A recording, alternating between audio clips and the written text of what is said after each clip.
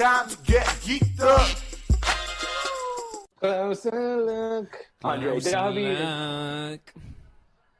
Davi always. That's my biggest celebrity encounter, Andre Davi. Opening. Oh, yours too. All right, well, we're done with this closer look. Play us out. Take it away, Andre Davi. Deuces indeed. But no, like we were saying, so Comic-Con, the big thing there is you get to meet like your William Shatner's. I think one of the best SNL bits, not one of the best, but remember when Shatner hosted and there was a whole bit of him yelling at all the Star Trek nerds. Yeah. I think about that all the time. It's a big thing. Yeah, I mean, that definitely is the thing that separates Comic-Con from just being a bunch of geek news. Is the whole freak fact, like I mentioned, it's just not the same if you're dressing up in your own house. Like the whole freak. Sorry, go ahead. Yeah, no, just the whole freak fact with everybody dressing up in costume and that whole gimmick, let alone all of like the getting to meet Screech or whatever. Which, let's face it, that's really the. Well, that's the thing too. They'll do stuff like that. Like they'll bring back like a whole cast from like a show from like 10 years earlier, and like let the fans ask them questions. Which was always a pet peeve of mine of like, why are you asking the actors specific questions about episodes? Like, ask the fucking writers. Like, yeah. No. Sawyer on Lost has no idea why his story arc didn't this and that. It's like, what are you talking about? Like, I mean, you've taken enough effort to come all the way to Comic-Con. You really don't know what fucking questions to ask. Like, he's like, I don't know. They gave me $5 million and I did what they told me. I mean, I guess before we get into it for our actual encounters, or maybe it'll go hand in hand, but how about yourself? Have you ever done any of these conventions? I have. Okay. Actually, one of my celebrities in here is very nerdy, but it was early on as a comic nerd. But I did go to a couple, really not even appreciating what they were back then, but I did go to a couple comic book conventions in Delaware. Okay, I remember you actually talking about that at one point. The not the New York City one, though, right? Not the OG. Because remember a couple years ago we tried talking about it. Wilmington, Delaware. Yeah, Wilmington, a Wilmington Comic Con. But as we talked about it a couple years ago, remember I did try to go in New York City mainly to meet Screech because I could only assume that Screech was at this thing. But I wanted to go see. What's up? True confession was nothing made me happier than the day you couldn't get in to Comic-Con. Because I was pretty jealous that you were going without me. Yeah. AH told me without realizing the burning that it was going to do to me. She's like, oh, have you heard the news? Liam and I are going to New York Comic-Con this year. I'm like, oh, okay. So, yeah, I fucking hate you both. And yeah, I mean, we tried to go, but it was such a scam, if you recall. And I think you had already been hip to this, and you had already known. But like you buy your ticket, and then have to wait in there to get a wristband. So even though I had bought my tickets in advance, it was still like a 3-hour line just to get in this fucking thing. It's such a fucking... So like I did not even wait, and I just ate the price of my tickets, and times 2 at this point, you know, and it was a total bummer. Like we got to walk around the full circumference of the Javits Center and see all of the idiots in line. And by idiots, I just mean because they were all like wearing Wonder Woman costumes or whatever. And like I pointed out at the time, it was like people were selling scalp tickets for like $60 for a wristband, so you could go right in. And I wasn't paying double, but at this point, it's like if you've made the effort to dress up.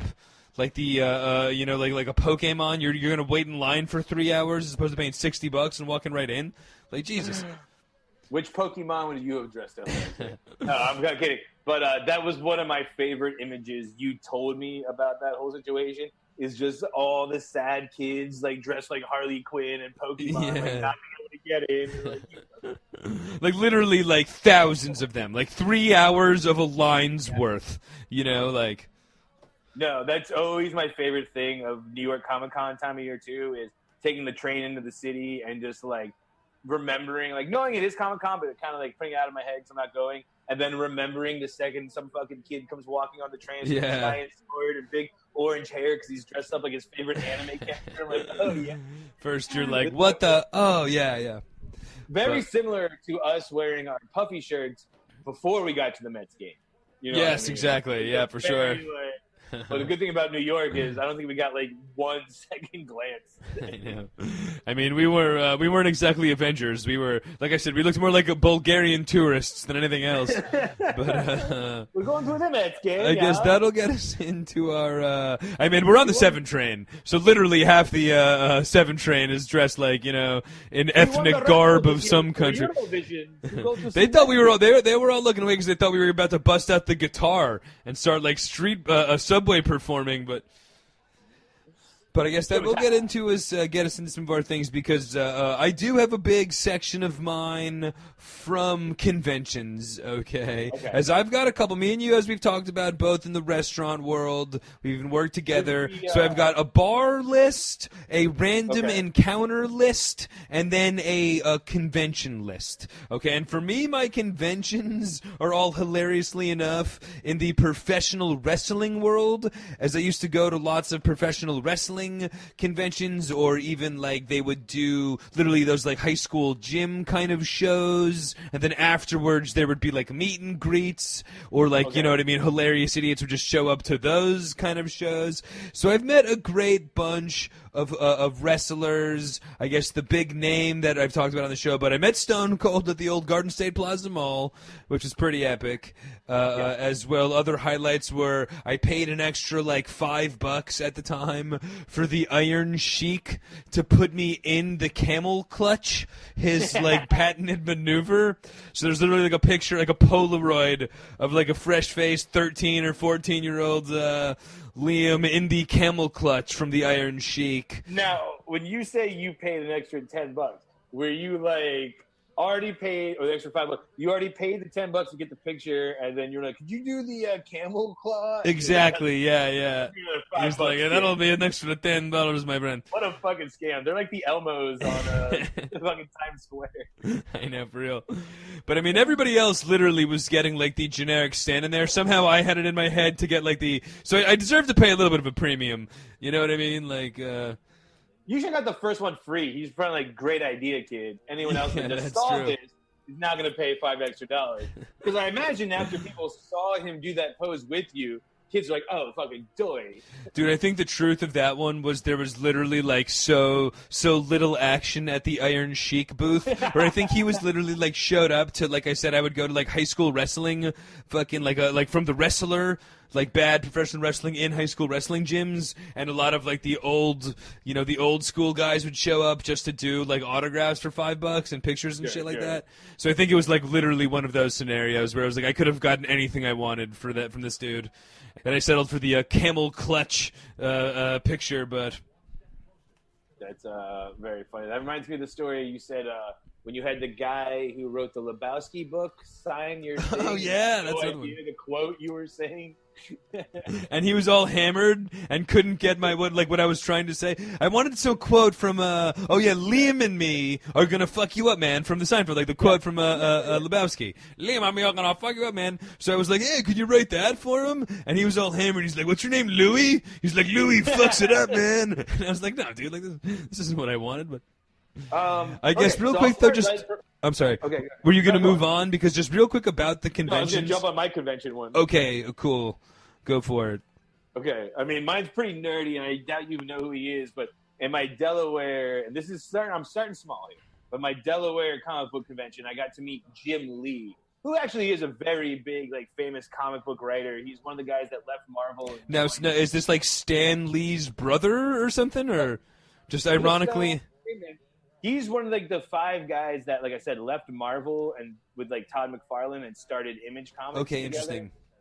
I think I had him sign a Shadowhawk comic, which was a blatant Batman ripoff, more or less. But he was a big deal at the time. It still kind of is. Like I used to see him.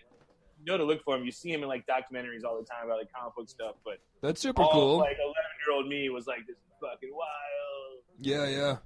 Do you still have that?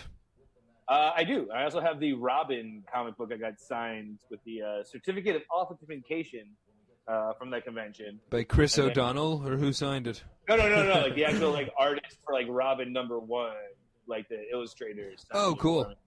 And then I also have not even a celebrity I met. This is like my old man. I think my parents just got divorced. And my old man was trying to be cool at this comic book convention, but he bought me a first edition, like first print, The Death of Superman, which I still have somewhere. It's not in my house, so don't try to rob me. It's worth a couple grand now. Wow, nice. Unopened. Now, The Death of Superman, that was like a spin-off series? No. It was like when DC actually killed Superman off for like a year. It was the actual comic book where he died, and they sold so quickly. Like, it made like... Oh, yeah, the first edition of that comic where he died. Of that comic book, yeah. Okay, wow, it cost like $200 at the time, which was pretty pricey for a comic book. Yeah, for sure. An 11-year-old kid. In the 90s, but, like, under the understanding of, like, I'll never open it. To this day, I've never opened it. See, that's where that's where me and you differ. Like we talked about with my dead sneakers. Don't get me wrong. I'd be thumbing through, and I'd be.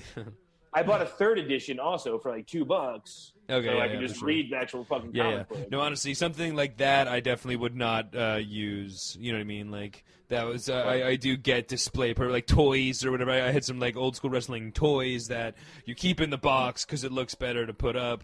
Some you take out because it looks better to put up. But Jim Lee was my first nerdy like person I met. Your first geek out. Not the first celebrity I've met, and I'm going to save that one for last. But the first like geeked out like celebrity. Okay, nice. All right. I do have one more, just because I have kind of a list like you, restaurants and events and whatnot. I will have one. I'll get out of the way now, just because you've teased him a couple times. But I went to go see Bayside the Musical, which was a Saved by the Bell play. Okay, yes. A comedy play down they used to do in St. Mark's Theater. Yeah, for a while. yeah. Very funny. But I got to go the night that Screech was there. Oh, that's right. You bastard. You did meet Screech. He was like signing autographs earlier. He's doing exactly what the Iron Sheik was doing, just showing up to like sell autographs. Dude, exactly. But they made it clear that he would only sign memorabilia from the show. You could hear a couple people who definitely brought their Screech porn with them. Oh, nice.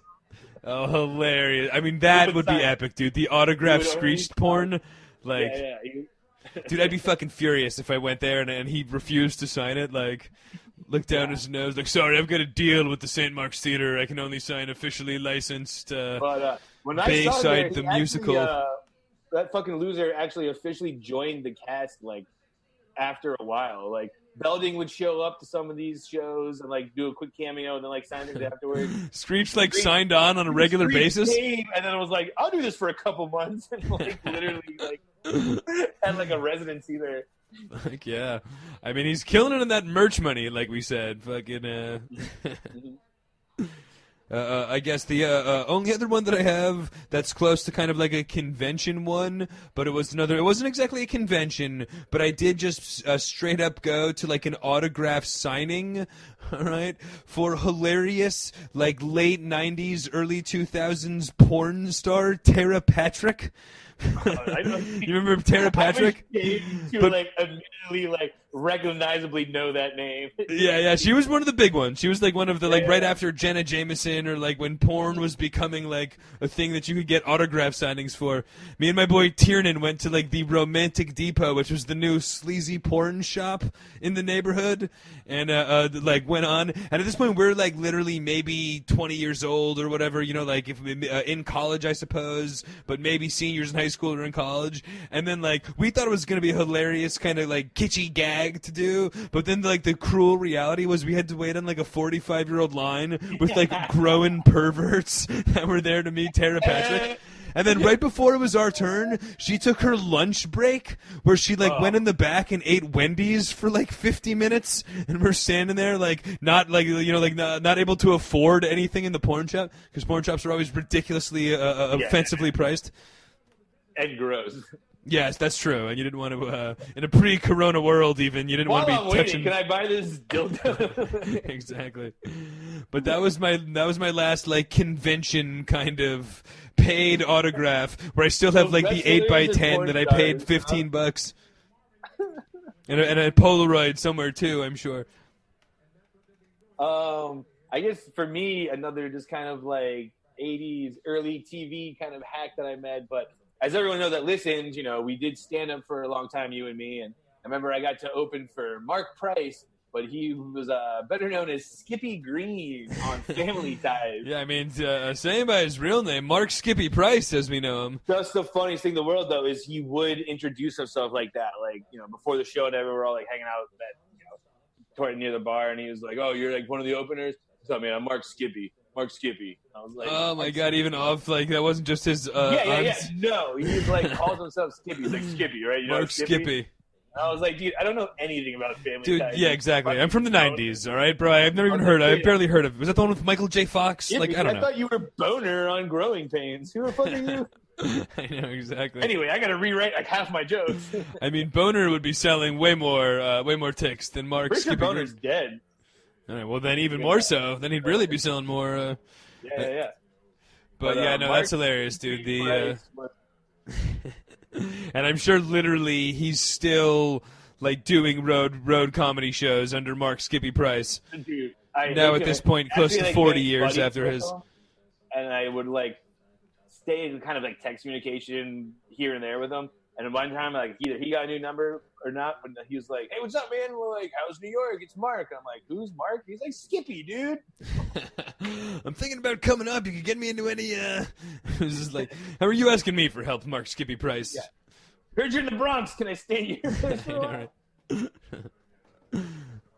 But yeah, Skippy Price. I guess I've got some comics. I guess I got another comic that I did kind of pay to see, but a really cool run-in with Lewis Black. And I think I've told this story before, but I went to see Lewis Black in, I guess, 2002 or 2003 on a night very memorable to sports fans because it was the night of one of the most famous football games in recent memory. It was the Tom Brady or the Patriots-Raiders Tuck game, okay, of like the Tom Brady era Patriots. It was like the first Super Bowl run of them, the Patriots, but there was a blizzard going on in Boston as well in New York, and there was this crazy play where the guy was going to pass, but he fumbled, but it looked like a pump fake or whatever, and it was this whole crazy, like, it went on to be known as the Tuck Rule. But that night, we actually had tickets to see Lewis Black, and we're watching like the football game before, and it was so epic. We're like, oh, fuck it, we, like already have our tickets or whatnot.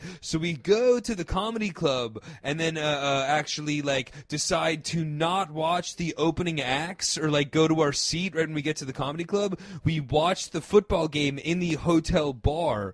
All right. So this play actually happens though, like during the warm-up acts and during like the host or whatever. So at this point, the only people that are left in the bar are me and my friends and Lewis Black, who was like headlining, but was watching the game in the bar beforehand, and we were the assholes not watching the openers. So then we get to watch the Tuck Rule, which became this crazy notorious play, literally with Lewis Black, who's of course like known for being crazy and animated, and like I don't know if he was like in character because he was about to perform, but he was doing like the ranting and raving, hands flailing around, like just going nuts about the rule. So it was just a very like anytime you see the highlight of like the fumble that got overcalled or whatever, I literally watched that with Lewis Black fucking before like he headlined at Bananas in Hasbrook Heights.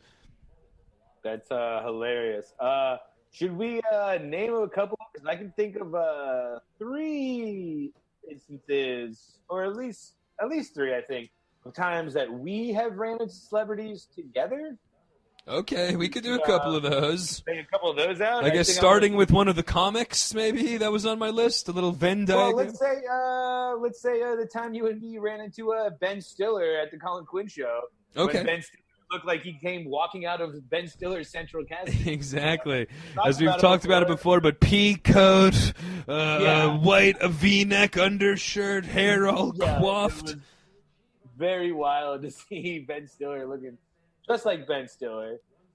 We didn't really get a chance and really feeling like we can kind of rubbing elbows with them because we're not paying this isn't me paying $10 to see Tara Patrick here. We both paid to see Colin Quinn, but literally like me, you, and Ben Stiller, like, at 5 o'clock that night had the same. We're all showering, getting ready for the show. You know what I mean? It's like we had our same night. We had the same night afterwards. Yeah, and it's not like he was sitting in like some VIP section. He was literally sitting like row 2 behind us. Yeah, sure. We had better seats than the city. Ben Stiller. Yeah. Exactly. that was one time we ran into a celebrity together. Of course, there's the epic Stephen Root time, where we've talked about the show multiple times, but when you and I got to meet Stephen Root when we were at the bar together, of course, it was a very big deal because we had just started the podcast, and I think we were playing the Stephen Root game every time, which we don't really play as much anymore. We haven't done a game time in a while, and I guess spoiler or teaser to our Tuesday night trivia: Stephen Root questions prepared. Yeah. But I think the third and maybe one of the funniest times, and there's other times we've met celebrities together too at that bar, and we'll get into that. But how about also before you get into this one, maybe when we met what's his face in the upper deck of Citi Field, showing his Ed Burns. Ed Burns showing his son what a taste of the real world, of what real people have to live like. The 500. Literally just aimlessly walking around like the stadium with his kid, but I think that was pretty awesome. Me and Liam were smoking a joint in the 500 at Citi Field. That's true. We chased Ed Burns out of there with the son because he was. Look over there. Is that Ed Burns? Sure enough, it was. But to me, the funniest time that we've seen a celebrity together is the Halloween parade in New York City, a very famous parade where Liam is dressed up like Weed Cookie Monster, and Jeff Ross is walking the opposite way of the parade. That's true, yeah, walking against the grain of the parade. And he stops by Liam, and Liam gives him a weed cookie. My costume included, by the way, live ammunition, as you call it, but I had like over 100 famous Amos-sized weed cookies. All right, and they were pretty potent. But so I'm literally dressed up, like he said, with the as the Cookie Monster with the chef's hat and all sorts of weed, different paraphernalia on me, and then real live weed cookies. And we come across Jeff Ross looking ridiculous, not in a costume, but like looking like he should be. He had like the fucking shaved head, the nose ring, and fucking like. Ring. Yeah. But yeah, I offered him a weed cookie. Then I've got the great like sequence of photos with him where he's like I'm offering. He's like, nah, I don't really like so. Then he's looking in like, I don't know, are they strong? Nah, right. Then the last one's like him taking a big bite and we're smiling. Pretty epic, man. Pretty epic. But yeah, that was a great celebrity encounter for sure. For sure. That's actually the second time. I mean, to go off my own, I've actually run into Jeff Ross myself walking the streets of New York. Of him just standing on the corner of like Park and 38th. I just walked by with my headphones on, see him stand there texting. I was like, "Yo, Jeff Ross." And he's like, "Hey." Kept walking by. Nice. All right. So you and Jeff Ross, kindred souls. But again, kind of like Ben Stiller. It was like me, you, and Jeff Ross. We're all just checking out the parade. I happened to be you were what were you, Top Gun or ZZ Top Gun? ZZ Top Gun that year. And, I'm dressed up as the weed cookie. He's just dressed up ridiculous, heading opposite direction, but we're all taking part in the same activity. We're taking a shortcut. We're walking through this stupid parade. I would say we have some similar ones that you and I both used to work at a restaurant. You'll go nameless. And like a lot of celebrities would come in there. It's kind of the first time I realized a certain late-night talk show host had a bit of a drinking problem. Yes. After that certain host was on the a certain page of a certain newspaper on a certain day, certainly right around the time that Devin's talking about. But all will go nameless. And I guess we'll spill the beans on Jay Leno's big drinking problem on our on another. But there was the one time where when Arsenio Hall got all whacked at a. But he would come in a lot. You would see him just like very different than he was on TV. You know what I mean? And he was also like a legend in that neighborhood. Not in a bad way, but it was like this was right. I think he lived around there, yeah. And I don't even know if he had really gotten that show officially yet, or he had either just started. But people that lived in the neighborhood from the years before, because he kind of. And not to give it away, but he went from like not being a huge superstar to getting that gig. You know what I mean? Correct. And so people remembered him when he was kind of just like, maybe the cast member of a certain show that's going to be continuing without an audience in the fall. But And maybe he has the same name as another talk show host. But I'll tell you, someone else I met at that restaurant, though, that was like really cool for me. Nobody really knew who he was, but Paul Bettany was at the bar once when I was working. And he plays Vision in the Avengers movies.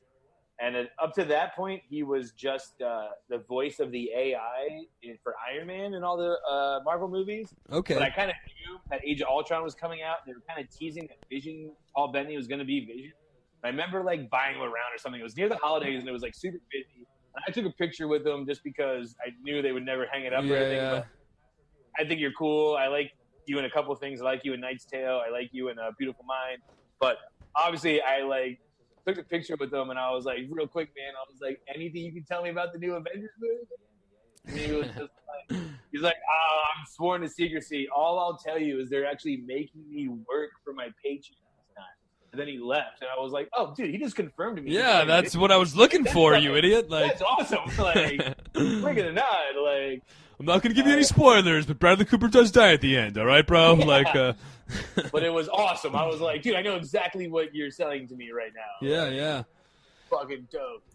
I mean, I guess you had we both had real cool encounters, and we've talked about it on a podcast, so I don't know if it's entirely out of school, but a certain a certain writer of a certain movie brought a certain high-profile trophy. The guy that wrote Birdman brought the Oscar, but of course, one of the writers from Birdman was regular, and you had a great relationship with him, and then got to meet him, just kind of go through that experience with him as well. Me and you were both there for Mac and Dennis from It's Always Sunny coming in, correct? Definitely on my list, dude. One of my favorite memories ever. Yes, unfortunately for me at that point, I did not watch It's Always Sunny yet, so it was a little bit lost on me as opposed to then when I watched the series. But super cool to see them in a bar, just hanging out anyway. Hanging out together. I think that was like the first New York celebrities I met too, and I was like hanging out with them shoulder to shoulder. I was pretty fucking stoked. Huge fan of the show. I like them both, and especially Glenn Howerton, who plays Dennis, is like easily my favorite character on that show. And dude, super guy. And he was really such a deuce, just like in the show.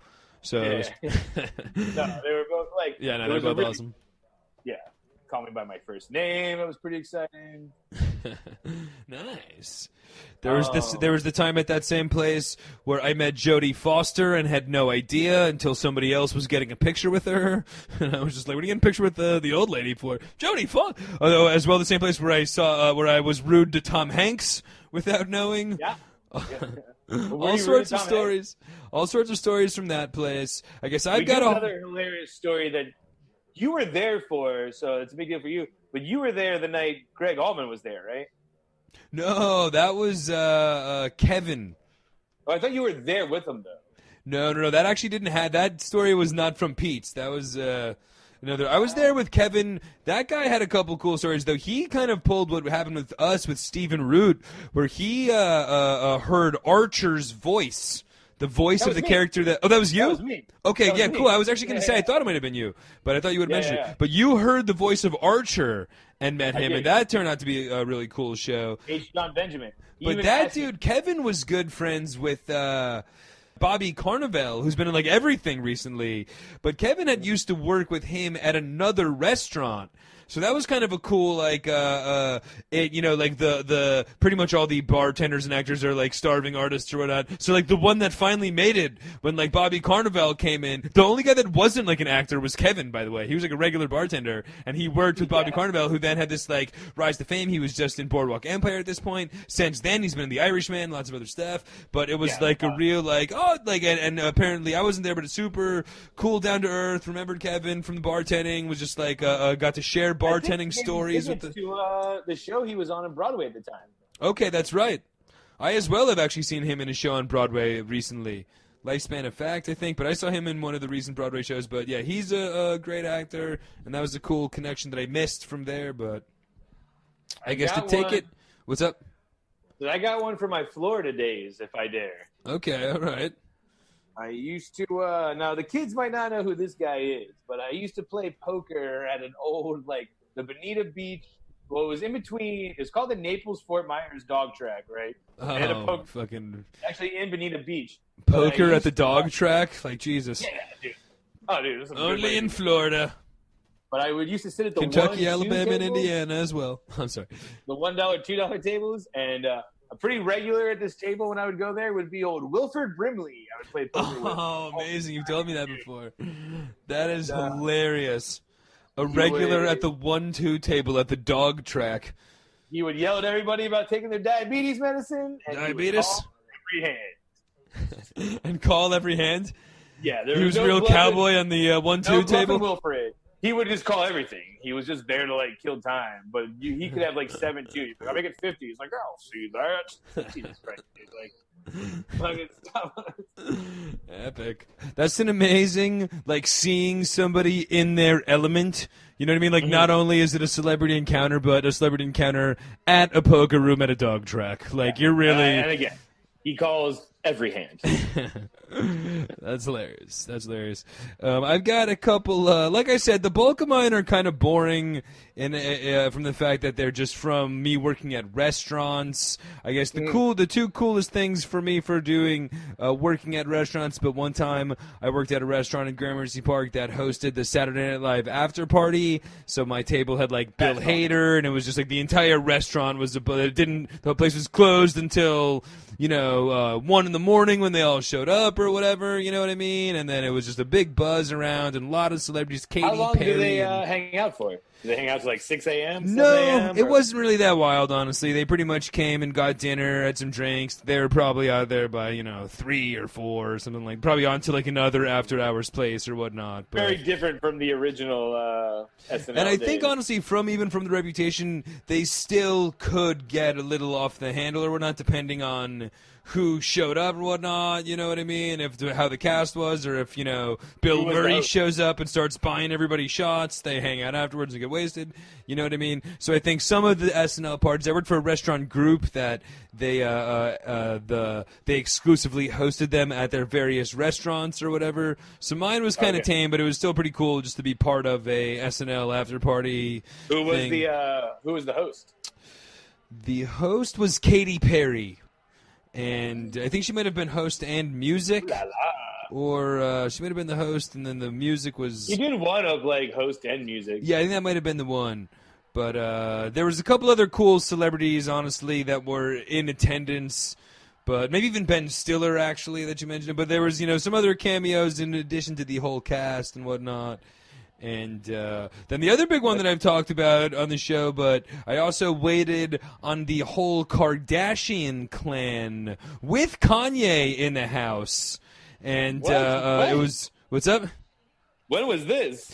This was in, I'd say the early 2010s, the early teens, I'd say. But it was before they were it was right when Kanye had just got with Kim, I guess, and before I feel like they were totally crazy Kardashian show icons or whatnot. It was the early stages of the Kardashian show. And they were really cool, actually, everybody. Like, Kanye had his own private security, but he was, nice and respectful and all. But what was really cool about that, it was like a crowded New York City restaurant, and everybody, there was literally a table of 2 girls that were, feet away from their big party, and everybody acted, super cool until they left the restaurant, and then everybody in the dining room got up and went to the window to watch them leave, and there was a huge stir after they left, but everybody was trying to be cool, 2 cool New Yorkers and not acknowledge That's it. fucking New York for you. Yeah, and it was awesome. Then when they leave, Everybody's like, "Oh my God, that was Kanye and Kim!" Holy shit. That's hilarious, dude. Well, that happened to me. I guess I could say I had a similar situation when Selena Gomez in The Weeknd came into my restaurant. And there was, bodyguards, protecting the doors.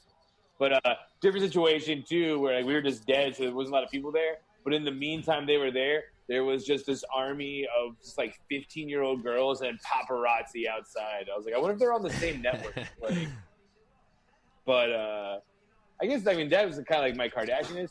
I'd save this one for last. But my big one, though, my big celebrity run-in encounter is, again in Delaware, but a little bigger than Jim Lee. It's probably when I was, 7 or 8 years old, pre-Mrs. Doubtfire tragedy moment.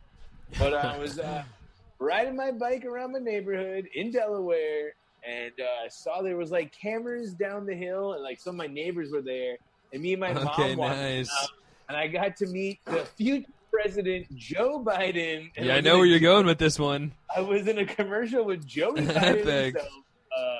So now you're voting for him for two reasons here. For like governor of Delaware. But yeah. They only ran it a couple times because he was so ahead in the polls. But can you get that on YouTube? Like, is there possible to get like? You could probably find it. Try to track that down, dude. That would be worth putting on Facebook.